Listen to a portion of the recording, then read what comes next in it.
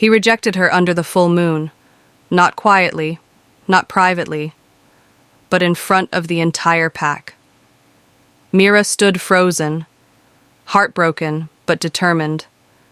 What she didn't know was that the forest beyond held a secret, a rogue wolf more dangerous than any alpha. And that wolf was about to claim her fate tonight. The Silver Fang pack gathered for the moon ceremony. Torches flickered, illuminating the stone walls of the Alpha Hall. Every wolf waited for Alpha Rowan to announce his Luna. At the back of the hall stood Mira. Her heart raced, because tonight was the night she would finally be chosen. For years, Mira had felt the bond, that invisible pull toward Alpha Rowan. But he had never acknowledged it, not once. Still, she hoped tonight would be different, that Rowan would finally accept what fate had already decided. Alpha Rowan stepped onto the platform, tall, powerful, the leader of the Silver Fang pack. His voice echoed through the hall. "Tonight, I choose my Luna." The doors opened slowly. A noble woman entered, Lady Seraphine. She was beautiful, confident, and everything Mira wasn't. Rowan took Seraphine's hand and raised it high. "I choose Seraphine as my Luna." The pack erupted in applause, but Mira stood frozen. The mate bond inside her chest shattered. Her heart sank, her glass slipped from her hand and shattered on the marble floor. Every wolf turned to look at her. Whispers filled the room. She thought she was his mate. How pathetic. Rowan's cold eyes met hers. For a moment, something flickered. Then his expression turned hard. "Remove her," he ordered. 2 guards approached. "My Alpha, please," Mira whispered, but Rowan had already turned his back.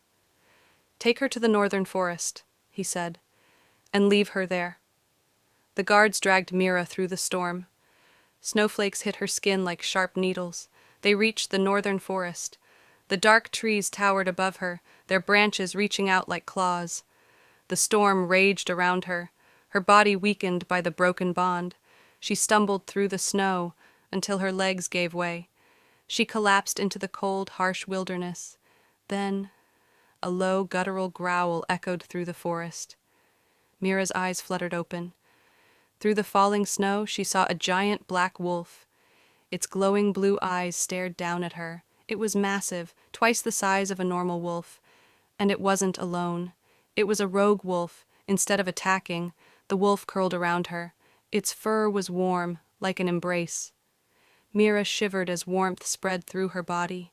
The wolf's deep growl vibrated the ground. It was protecting her. For the first time in hours, Mira felt safe. As the storm continued to rage, the wolf stood guard. When Mira woke again, she was in a small cabin. A fire crackled in the hearth, casting soft light across the room. The wolf was nowhere to be seen, but a tall man stood near the fire. His dark hair hung loosely around his face, his piercing blue eyes glowing. "My name is Caden," he said. "You're safe now." Mira looked at him, confused. "You saved me," she whispered. Caden's face hardened. "I watched your alpha abandon you," he said. "No true alpha would ever leave his mate to die." Mira's eyes filled with tears. "The mate bond is broken." Caden's eyes softened. "Some bonds break, but the bond we share is only beginning." Outside, the storm had passed. Mira stood on the porch, watching the sun rise over the mountains. The giant black wolf stood beside her, glowing blue eyes watching the horizon. Caden came to stand beside her. He wasn't just a rogue, he was something more, and Mira was no longer alone, far away in the Silver Fang fortress. Alpha Rowan suddenly froze. The mate bond was gone, completely severed.